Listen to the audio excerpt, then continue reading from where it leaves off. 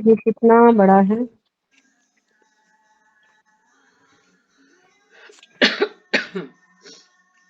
थोड़ा सा है, छोटा सा है ये। नहीं, ये चैप्टर जितना पढ़ा काफी। जाएगा, एक श्लोक थोड़ा लेना है। हाँ। मतलब जितना 1 घंटे में पढ़ा जाता है, सारे पेज वो तो पढ़ने हैं आपको। हाँ, नहीं मैं यहाँ पे ये देख रही थी अच्छा। कि ये जो चैप्टर है, इस चैप्टर का नाम है संपूर्ण विनम्रता के साथ। हाँ जी। तो इसमें क्या दिया हुआ है, जितना आप लोगों ने पढ़ा है तो इसको थोड़ा सा रिकैप कर लेते हैं। उसके फिर थोड़ा सा तार सा जुड़ जाएगा ना। फिर क्या क्या इसमें अंदर आया है, इसमें हाँ जी। हाँ जी। क्या पूर्वार्थ बताया है इसमें? इसमें गुरु के बारे में बताया है माता जी। जैसे इससे अच्छा। पिछले वाला जो श्लोक था ना, तद विधि प्रणिपातेन परिप्रश्नेन सेविया उपदेक्षन्ति ते ज्ञानम ज्ञानीन तत्वदर्शिना, ये वाला श्लोक हुआ था इससे पहले। और अभी ये है, मतलब जैसे पूरे श्लोक में ना वही गुरु महाराज के बारे में बता रखा कि हमें जो है गुरु के साथ कैसे जो है व्यवहार करना चाहिए ना, बिल्कुल विनम्र भाव के साथ। अच्छा अच्छा। तो इसमें जो इसमें बड़ा छोटा सुंदर श्लोक है। भक्ति सिद्धांत सरस्वती महाराज की जो व्यास पूजा है इसमें, तो प्रपाद जी जो है उस समय व्यास पूजा के समय पे इस यहाँ पे लेक्चर दे रही हैं। तो जो प्रपाद जी का जो लेक्चर है वो यहाँ पर दिया गया है। अच्छा। हाँ जी, व्यास पूजा के बारे में बोल रही है, वो लोगों को संबोधित कर रहे हैं कि सज्जनों, ये और वो सारा जो है बता रहे हैं उनको।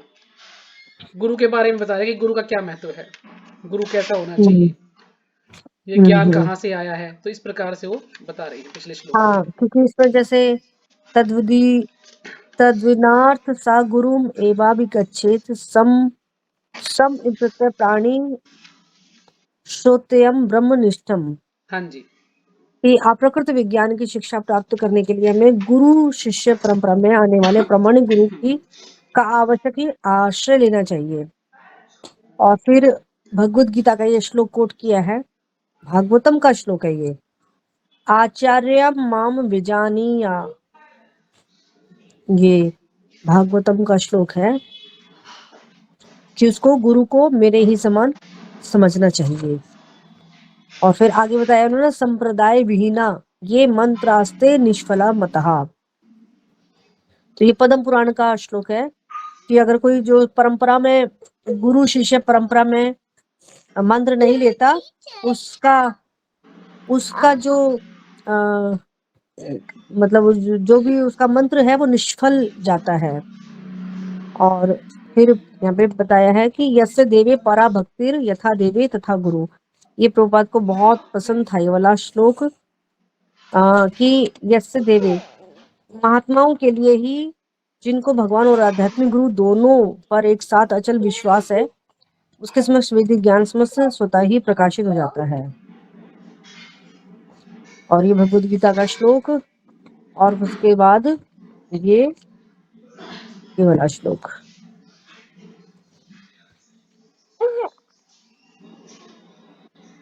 तो यहाँ पे कठोपनिषद का श्लोक है ये 1.3.34।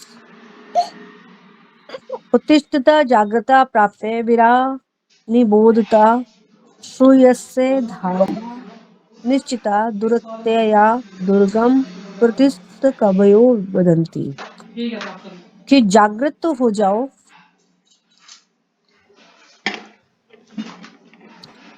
जागृत हो जाओ उस वरदान को समझने के,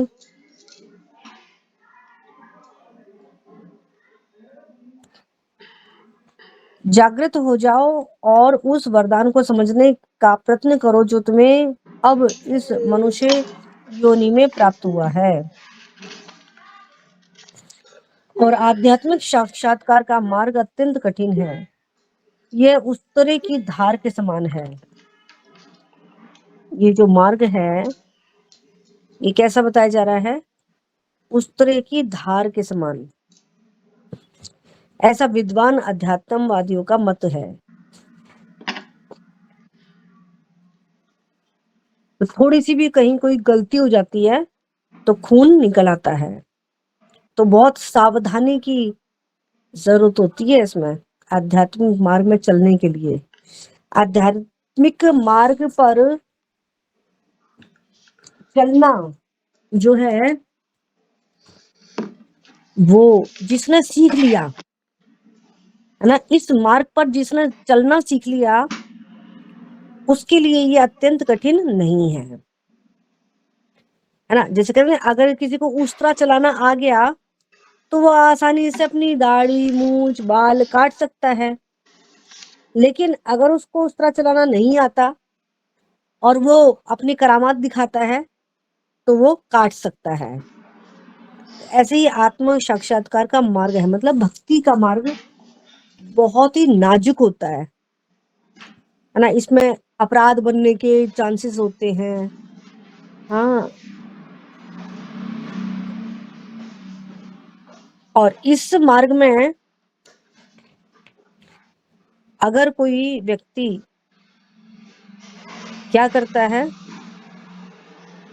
असावधानी ना, असावधान कहते हैं ना, असावधानी हटी और दुर्घटना घटी।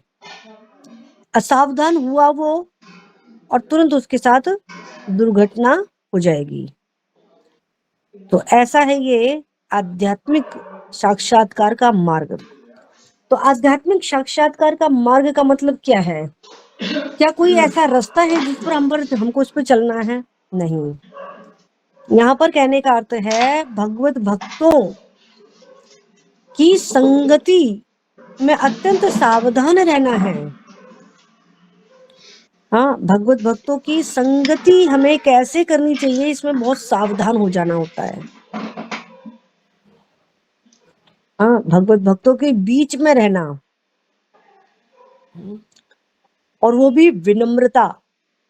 इस चैप्टर का नाम है विनम्रता के साथ ना। कैसे वो विनम्र बन करके रहे भक्तों के बीच में। कौन अधिकारी है, कौन निकृष्ट है, कौन मध्यम अधिकारी है ना। किस हर प्रकार के भक्त उसके जीवन में आते हैं, और ये जीवन में नहीं आते, ये परीक्षाएं होती हैं। एक भक्त के लिए एक परीक्षाएं का दौर होता है ये, जिसमें उन परीक्षाओं में उसको खरा उतरना होता है विनम्रता के साथ। विनम्रता का गुण लेकर के वो भक्ति के पथ पर नहीं चलता तो उसके लिए उस पथ पर चलना बहुत कठिन है।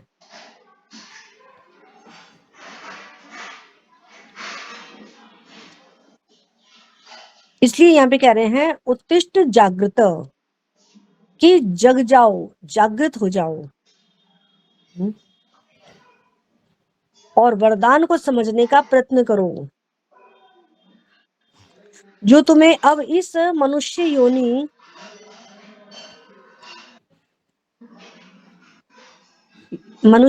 में प्राप्त हुआ है, ये वरदान। तो ये जो शरीर है हमारा, ये जो मनुष्य शरीर है, ये कोई सी वरदान से कम नहीं है। ये भगवान ने हमें एक उपहार रूप में एक वरदान दिया है।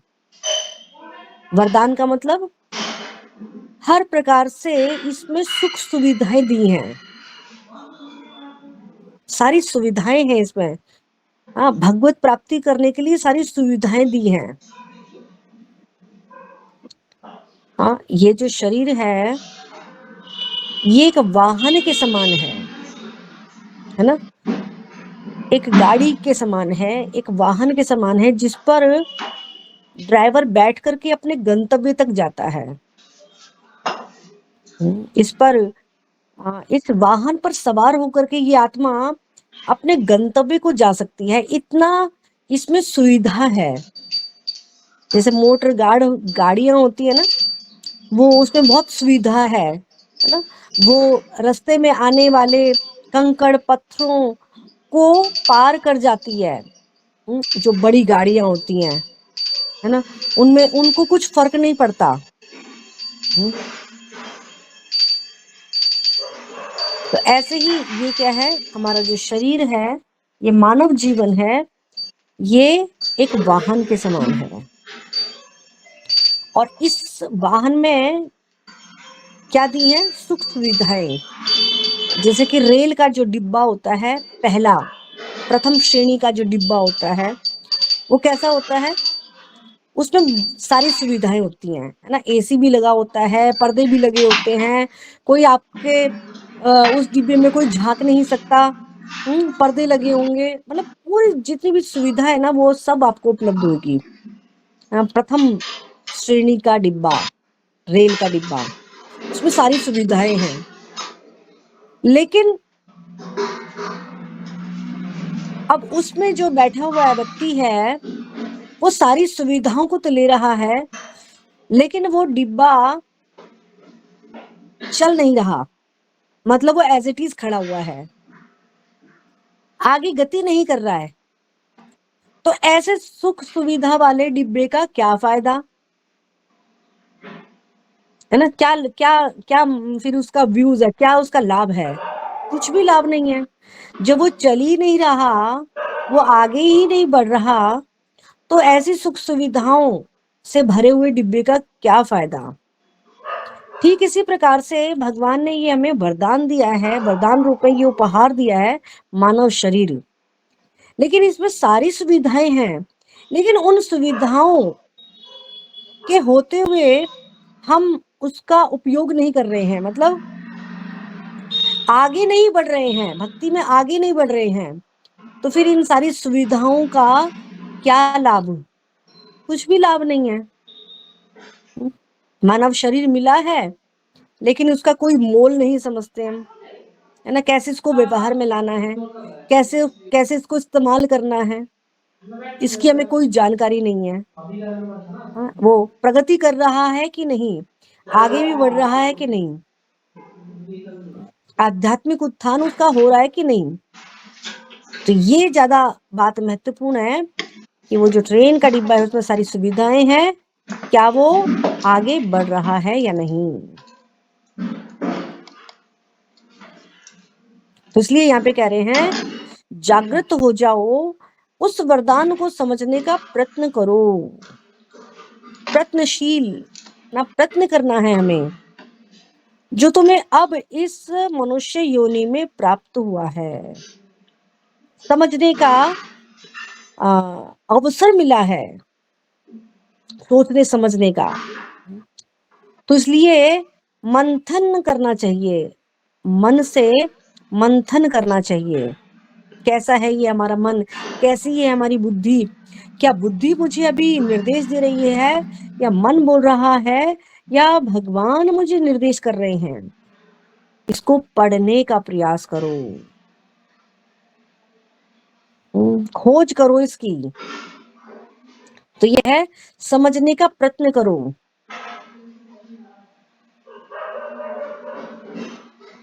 क्योंकि आध्यात्मिक साक्षात्कार का जो ये मार्ग है ये अत्यंत कठिन है, और यह उत्तरे की धार के समान है, ऐसा विद्वान आध्यात्मिक जन, अध्यात्मवादियों का ये मत है, उनका कहना है ये। और इस प्रकार अब जब अन्य लोग ऐतिहासिक विस्मृति के गर्भ में थे, उस समय भारत के ऋषियों ने एक विभिन्न प्रकार की सभ्यता का विकास कर लिया था।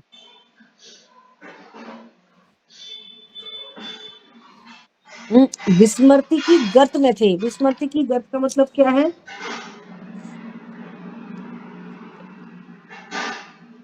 हाँ, विस्मृति की गर्त का मतलब है अज्ञानता में थे। तो उस समय भारत के ऋषियों ने एक गर्त नहीं विभिन्न माता जी, प्रकार, गर्भ है ये, गर्भ। हाँ गर्भ, विस्मृति के गर्भ में थे। तो उस समय भारत के ऋषियों ने एक विभिन्न प्रकार की सभ्यता का विकास कर लिया था। उन्हें आत्म साक्षात्कार प्राप्त करने में समर्थ बनाती है। ऐसी सभ्यता जिससे कि व्यक्ति आत्म साक्षात्कार कर सकता है, उसको समर्थ बना लिया। विभिन्न प्रकार की सभ्यता का विकास कर लिया। और इस प्रकार जब अन्य लोग ऐतिहासिक विस्मृति के गर्भ में थे, उस समय भारत के ऋषियों ने, और उनको यह पता चल गया था कि वे भौतिक जीव नहीं परंतु भगवान के चिन्मय शाश्वत अविनाशी दास हैं।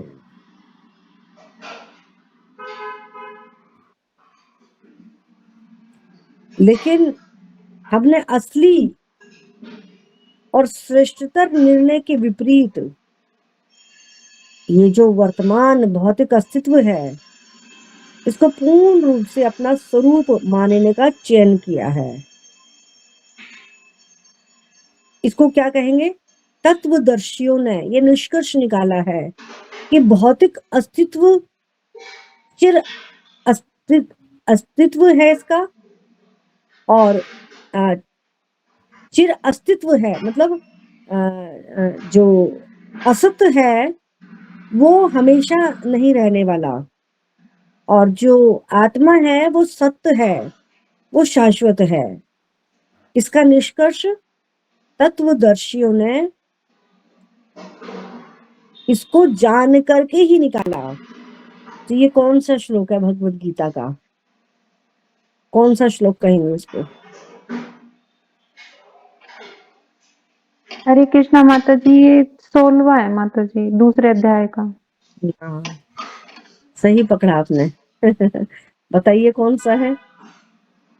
ये दूसरे अध्याय का 16वां है कि नास्ते विदिते भावो ना भावो विदिते सता, ना तो विद्यते भावो। ना भावो विदिते सता, हम्म, अभ्योर अपि दुष्टांतो अन्य तत्वदर्शी। तो तत्वदर्शियों ने इसका ये खोजबीन करके इसका निष्कर्ष निकाला है कि जो आत्मा है वो सत्य है, और जो शरीर है वो असत्य है, इसका कोई चिर अस्तित्व नहीं है। ये माता जी इसलिए याद है, आपने मुझे 2 बार समझाया था, तब मुझे थोड़ा समझ आया था, याद नहीं रहा था।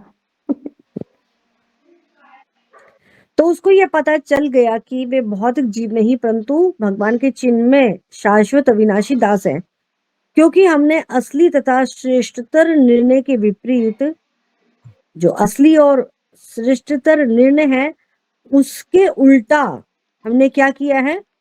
भौतिक अस्तित्व को पूर्ण रूप से स्वरूप मान लिया, मतलब शरीर को ही सत्य मान लिया। इसका हमने चयन कर लिया, और उससे क्या हुआ?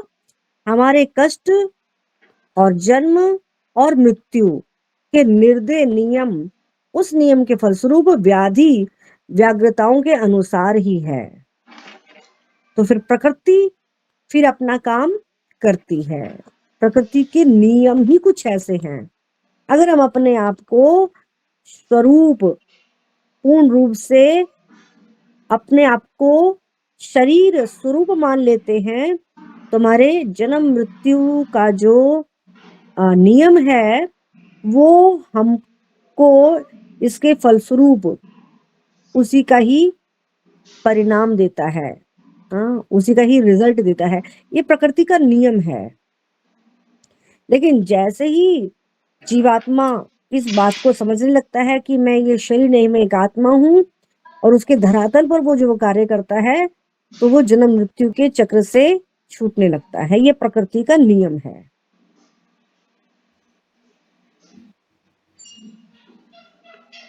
तो कई गुना बढ़ गए हैं। ये कष्ट किसी भी प्रकार की भौतिक सुख सुविधाओं के द्वारा वास्तव में कम नहीं किए जा सकते, है ना। भौतिक सुख सुविधाएं हमारे आंतरिक कष्ट को मिटा नहीं सकती। बाहरी सुख सुविधाएं तो वो दे सकती है, लेकिन बाहरी सुख सुविधाएं हमारे आंतरिक सुख चैन को कम नहीं कर सकती, है ना। व्यक्ति बेचैन रहता है, अशांत मन रहता है उसका, है ना? अब मन के आधार पर ही हम सारी भौतिक सुख सुविधाओं को इकट्ठा करते हैं ना। लेकिन समय आने पर ये सुख सुविधाएं भी उसको फीकी लगने लगती हैं। मतलब उसको कुछ समय के लिए तो आनंद आता है, लेकिन फिर वही आनंद उसके लिए निरानंद में बदल जाता है। क्यों? क्योंकि उसने वास्तविक सुख के लिए प्रयास नहीं किया।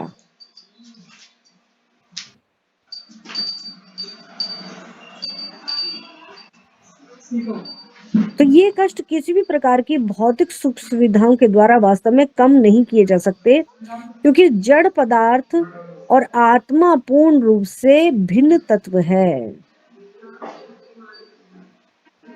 जड़ पदार्थ की सुख सुविधाएं अलग हैं, लेकिन आत्मा की सुख सुविधाएं भौतिक वस्तुएं नहीं हैं। आत्मा भौतिक वस्तुओं से सुखी नहीं हो सकता। ये दोनों बिल्कुल अलग अलग है। ये कैसे है? ये ठीक उसी प्रकार से है जैसे कि आप एक जल प्राणी को जल से बाहर निकालकर भूमि पर रख दें और पृथ्वी पर प्राय ये सब प्रकार की सुख सुविधाएं भी उनको दे दें।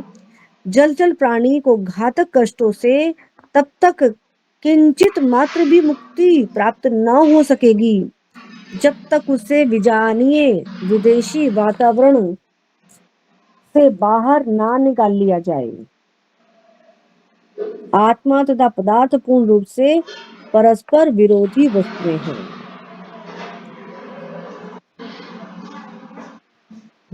बिल्कुल विपरीत है, विरोधी है दोनों वस्तुएं।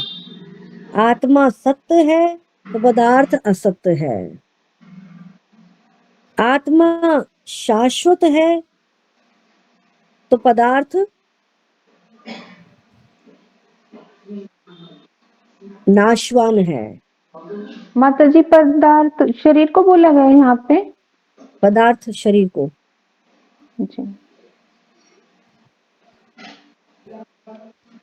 तो हम सभी चिन्मय प्राणी हैं। चिन्मय मतलब दिव्य है, चिंतन से परे।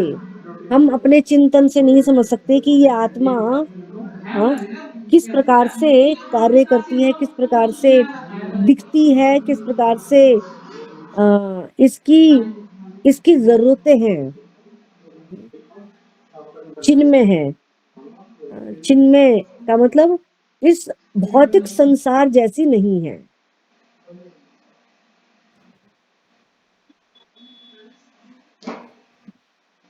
इसकी प्रपात भी ये कह रहे हैं कि भौतिक सुविधाओं के कार्यकलापों में अति संलग्न होने पर भी हमें पूर्ण सुख की प्राप्ति नहीं हो सकती। वह सुख जो हमारा जन्म सिद्ध अधिकार है। हाँ?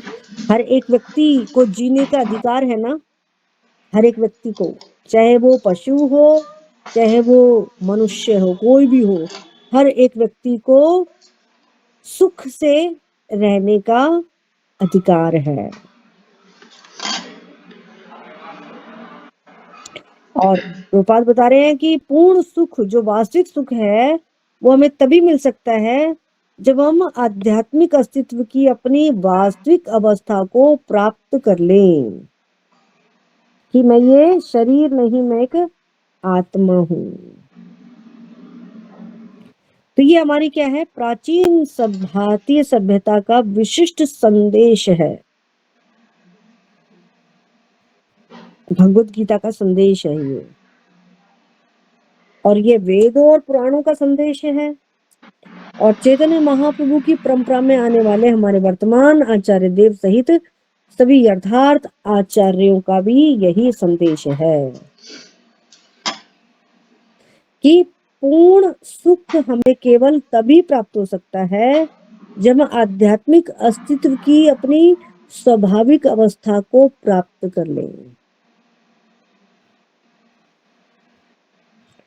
तो अब प्रभुपाद कह रहे हैं, सज्जनों, हम अपने आचार्य देव की ही कृपा के द्वारा यद्यपि अपूर्ण रूप से मैं ही सही उनके दिव्य संदेश को समझने में कुछ समर्थ हुए हैं। आचार्य देव की कृपा के द्वारा ही। तो हमें आध्यात्मिकता में अगर ज्ञान प्राप्त करना है तो हमें आचार्यों की, गुरु की शरण ग्रहण करनी पड़ेगी, उनकी कृपा प्राप्त करनी पड़ेगी, उनको प्रसन्न करना पड़ेगा, उनकी सेवा करनी पड़ेगी। जैसे कि पीछे बताया ना, उपदेक्षन्ति ते ज्ञानम ज्ञानिनास तत्व दर्शना, कि वो तत्व को जानते हैं इसलिए वो ज्ञान दे सकते हैं और वो ज्ञान प्राप्त करने की विधि क्या है? तद्विधि प्रणिपातेन परिप्रश्नेन सेवया, कि उनकी सेवा करनी पड़ेगी। तो आचार्य देव की कृपा के द्वारा ही, यद्यपि अपूर्ण रूप से ही सही, उनके दिव्य संदेश को समझने में कुछ समर्थ हुए हैं।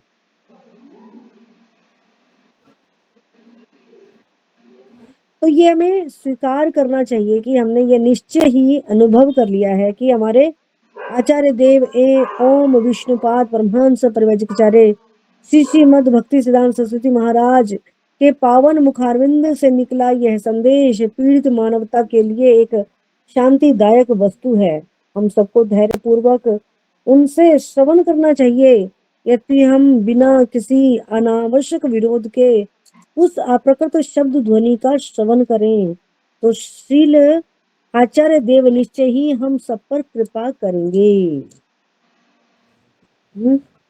जब वृंदावन में श्रील प्रभुपाद को ये पता चला कि भक्ति सिद्धांत महाराज वहां पर अपना कुछ दल, कुछ समूह लेकर के आए हैं यात्रा के लिए, तो श्रील प्रभुपाद भी उनके दर्शन के लिए वहां पर पहुंच गए। और ये उस समय की बात है जब वहां पर शेषशाही जो विष्णु हैं उनका दर्शन करने के लिए वो लोग वहां पर इकट्ठे हुए थे। और उस समय मंदिर के दरवाजे बंद थे और भक्ति सिद्धांत महाराज कह रहे थे कि हम जो हैं अभी प्रवचन शुरू करेंगे और जो यहाँ पर प्रवचन सुनना चाहते हैं वो यहाँ पर बैठिए, और जो शेषशाही विष्णु के विग्रह के दर्शन करना चाहते हैं वो अभी खुलने वाले हैं, आप लोग वहां जा सकते हैं। तो ये सुन करके बहुत सारे भक्त उठ करके चले गए कि हमें तो अभी दर्शन खुलने वाला है, हम तो दर्शन करेंगे जाकर के पहले। लेकिन श्रीला प्रभुपाद वहीं पर बैठे रहे उनको सुनने के लिए। और भक्ति सिद्धांत महाराज ने क्या कहा कि चूंकि ये मुझे सुनना चाहता है इसलिए ये मुझे पसंद है, भक्ति सिद्धांत महाराज कहते हैं, है ना। तो भक्त को बैठ करके सुनना ये उसकी कृपा प्राप्त करना है। ये उसकी कृपा है ना, वो उसको दे सकता है, मतलब उसके पास जो ज्ञान है वो उस तक पहुंचा सकता है।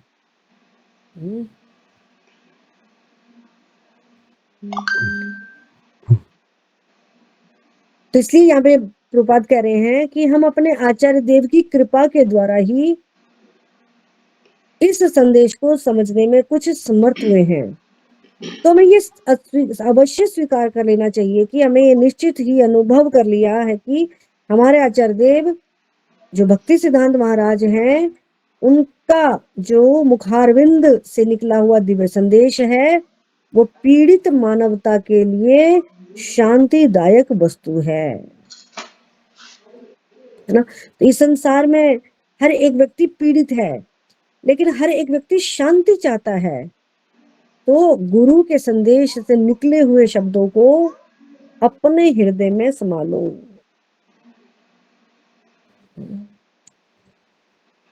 कौन सा है वो गुरु वंदना का शब्द?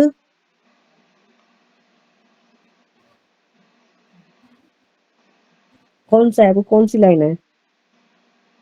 हृदय प्रकाशिता। उनके मुख से निकले हुए शब्दों के द्वारा अपने हृदय को शुद्ध करो। उनके मुख से निकले हुए क्या है वो पहली लाइन? गुरु मुख पद्म वाक्य चीते ते कोरिया एक है, आरे ना कोरिए आशा।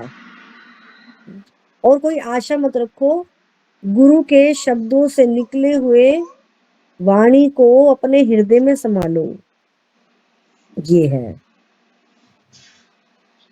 और इससे क्या होगा?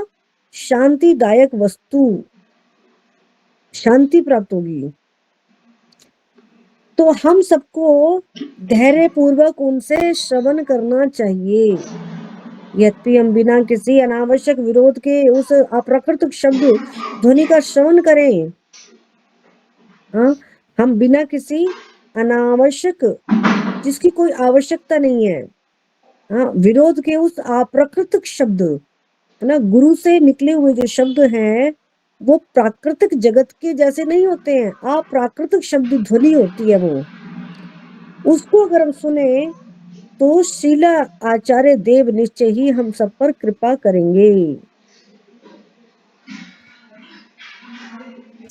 और उनका जो संदेश है वो ये नहीं कहेगा कि मेरी शरण ग्रहण करो, मैं भगवान हूं, मैं तुम्हें भगवान बना दूंगा। उनका ये संदेश नहीं होता। उनका संदेश तो क्या होता है कि अपने मूल निवास भगवान के धाम में ले जाने के लिए उनका संदेश होता है। इसलिए मैं दोबारा दोहरा करके कहता हूं कि हम धैर्य पूर्वक उनसे श्रवण करें, श्रद्धा विश्वास के साथ उनकी आज्ञा का पालन करें और उनके चरणार विंद में प्रणाम करें।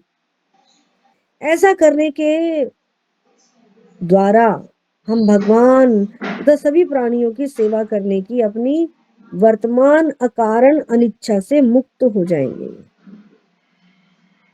ऐसा करने से क्या होगा? भगवान और सभी प्राणियों की सेवा करने की हमारी वर्तमान अकारण, जिसके पीछे कोई कारण नहीं है, हाँ, अनिच्छा से मुक्त हो जाएंगे।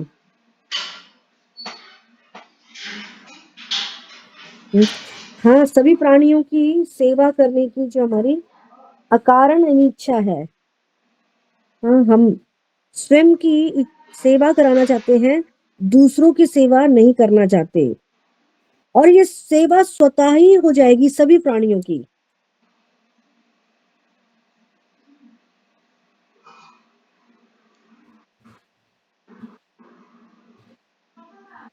तो ऐसा करने के द्वारा हम भगवान और सभी प्राणियों की सेवा करने की अपनी वर्तमान अकारण अनिच्छा से मुक्त हो जाएंगे।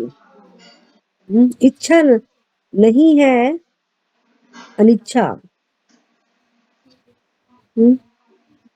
और अकारण है, कोई कारण भी नहीं है। तो ऐसे प्राणियों की सेवा करने की हमारी जो अनिच्छा है उससे मुक्त हो जाएंगे, मतलब सही सही पैमाने पर उनकी सेवा हो पाएगी। तो भगवत गीता भी हमें क्या शिक्षा देती है कि देह का नाश होने पर भी आत्मा नष्ट नहीं होती, ये क्या रहती है? अपरिवर्तनशील है, तो उसमें कोई परिवर्तन नहीं होता, ये नवीन रहती है और हमेशा सुफृत रहती है, मतलब तंदुरुस्त रहती है, कभी उदास नहीं दिखती, हमेशा आनंद में रहती है। इस आत्मा को ना तो अग्नि से जलाया जा सकता है, ना इसको गलाया जा सकता है, और ना ही इसको वायु से सुखाया जा सकता है, और ना ही इसका तलवार से वध कर सकता है कोई। ये तो क्या है? अजन्मो और नित्य है, अजन्मो, कभी इसका जन्म नहीं हुआ, हमेशा से है ये। और श्रीमद् भागवतम में भी इसके बारे में सिद्ध किया गया है। तो ये वाला जो श्लोक है भगवत गीता का, ये कौन सा श्लोक है जिसके बारे में यहाँ पे कहा जा रहा है? माता जी 2.23 तो 23वां। हाँ, कमलेश माता जी सुनाओ कौन सा है? 18वां माता जी। देखो भगवत गीता में निकाल के 18वां है, कौन सा है? हरे कृष्ण माता जी, आवाज नहीं आ रही? हाँ आ रही है, आप 18वां कह रहे हो, 20 कह रही हैं। नहीं मैं माता जी, मैं 23वां बोल रही हूँ। अच्छा, आप 23वां बोल रही हैं। चलो सुनाइए कौन सा है 23वां और 18वां आपके 23वां तो हिसाब से? माता जी, 23वां तो माता जी ये है ना, नैनम छिदन्ति शतराणि नैनम दहति पावका न चैनम कलयुदपि न शोषति मारुता।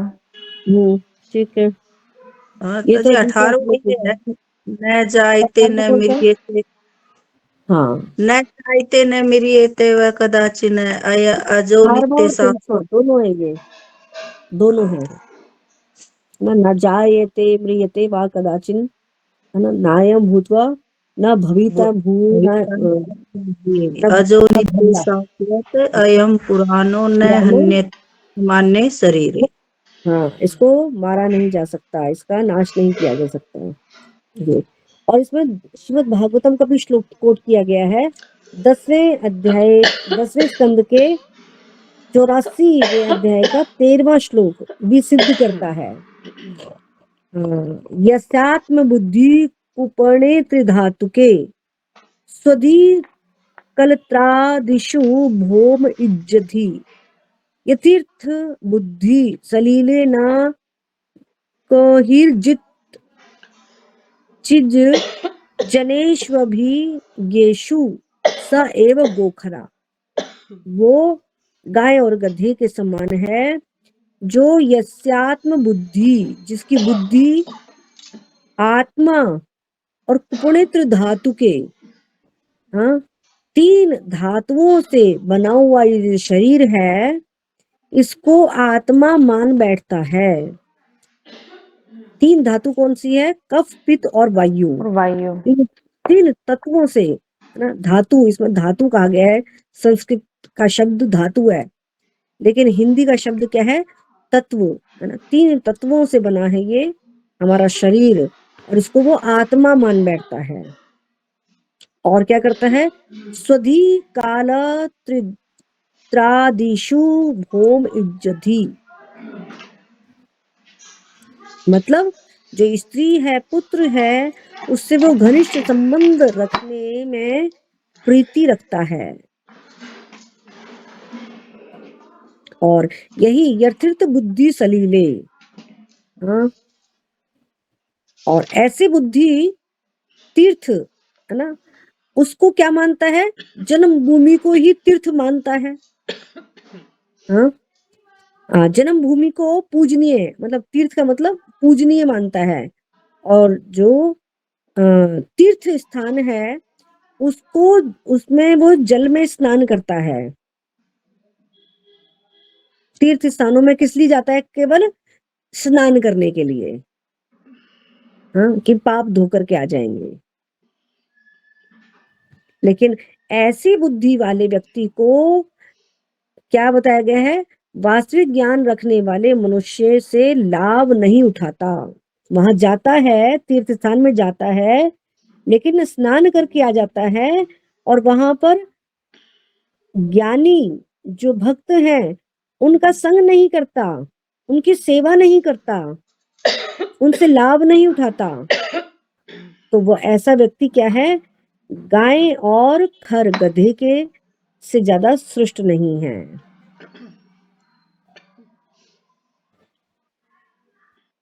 ये वाला श्लोक, तो ये है 10वें स्कंद के अंदर है ये, 10वें स्कंद के अंदर है 84, मतलब 84। 10वें स्कंद के अंदर 90 अध्याय हैं, तो इसमें 84वां जो श्लोक है उसके अंदर आया है ये वाला श्लोक, 13वां श्लोक। अच्छा, टाइम मुझे बता देना।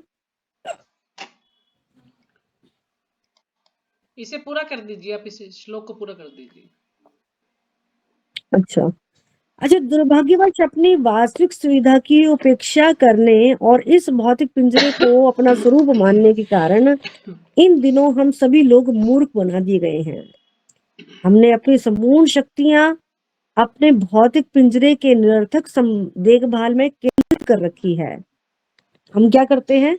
पिंजरे की सफाई करते हैं, निरर्थक देखभाल, जिसका कोई अर्थ नहीं है, कोई मतलब नहीं है। हाँ, पिंजरे के अंदर जो पंछी है उसको दाना नहीं देना, लेकिन पिंजरे को अच्छे से पेंट करके उसको सजा के रखना है। तो पिंजरे के भीतर कैद रहने वाली जो आत्मा है, वो पूर्ण रूप से उपेक्षा कर दी गई है। उसकी कोई परवाह नहीं है। वो घोड़ा बने, गधा बने, खच्चर बने, क्या बनेगा अगले जन्म में, उसकी कोई भी फिक्र नहीं है। वो अभी प्यासा है, उसको भगवान का नाम चाहिए, वो तड़प रहा है ना, इसकी कोई परवाह नहीं। लेकिन पिंजरा पंछी से मुक्त करने के लिए है। पिंजरा पक्षी को मुक्त करने के लिए है, पक्षी पिंजरे के कल्याण के लिए नहीं है।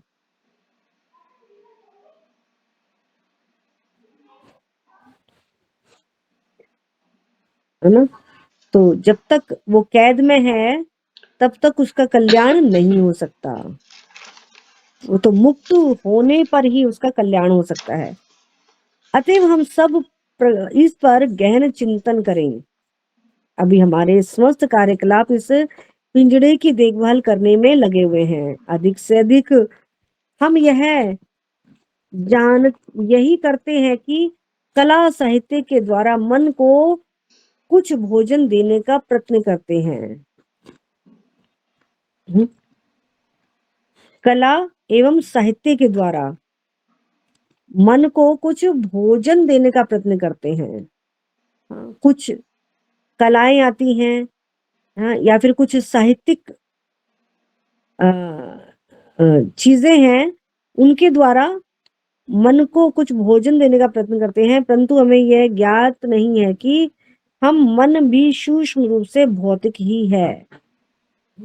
मतलब बहलाने के लिए हम सोचते हैं कि मन अगर हमारा खुश हो जाएगा, मन को ये चीजें दी गई तो वो आनंद में हो जाएगा, है ना? मन को बहलाना, मन को खुश रखना।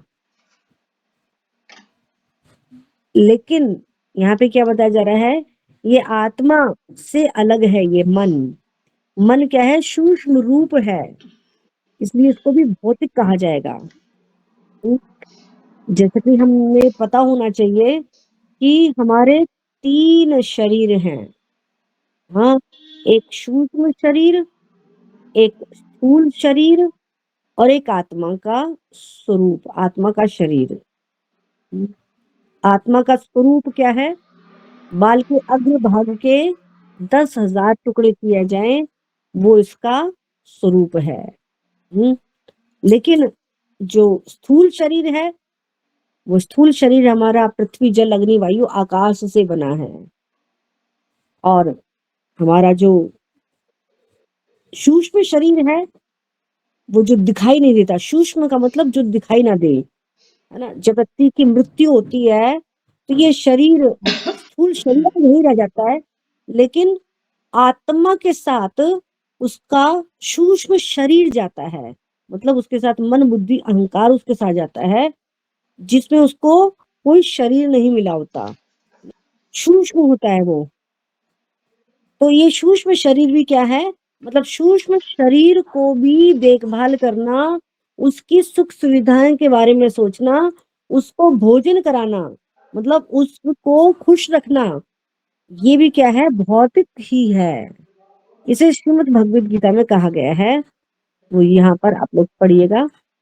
हाँ, भूमिरापनलो वायुखम मनोबुद्धिरेवचा, हाँ, अहंकार इत्यम में भिन्ना प्रकृतिर अष्टधा। मतलब पृथ्वी अग्नि जलवायु आकाश और मन बुद्धि अहंकार, ये 8 प्रकार की विभाजित तत्व मेरी भिन्ना प्रकृति है, जो स्थूल और सूक्ष्म कहलाती है। और ये भगवान की क्या है? भगवान क्या कह रहे हैं इसको? ये मेरी भौतिक प्रकृति है, जो इन 8 प्रकार के तत्वों से बनी है। ठीक है, यहीं तक करना था और करना है? ठीक है। तो किसी का कोई क्वेश्चन है तो पूछ सकता है माता जी से, अगर किसी कुछ पूछना है तो।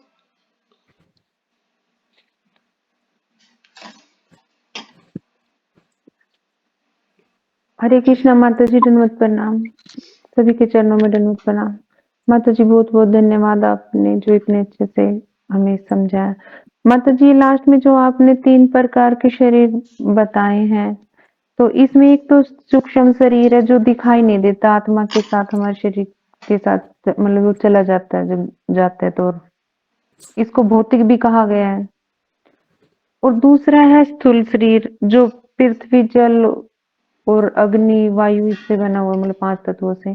और तीसरा क्या बताया था माता जी आपने? तीसरा आत्मा, अच्छा, जो सत्यचित आनंद का स्वरूप है, सत्यचित आनंद से बना है ये, है ना। तो ये आत्मा 2 प्रकार के, ये 7 प्रकार के आवरणों से ढका हुआ है, 5 स्थूल और 3 सूक्ष्म। इन आवरणों से ढका हुआ है ये हमारा आत्मा।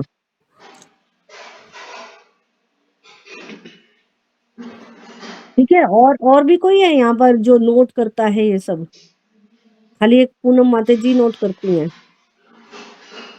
और सबको नहीं रहता जरूरत कि भी हम भी कुछ नोट कर ले, हम भी कुछ सीख ले? हाँ, राजबाला माता जी आप करते हैं नोट? हरे कृष्णा माता जी। नहीं, लेकिन मेरे को यही पूछना था जो इन माता जी ने पूछा है अभी। आप सब भी नोट करा करो, सब नोट करा करो, जितना भी तो नोट आप करा जाए। नहीं पाते कमलेश हो। माता जी भी शायद करती हैं।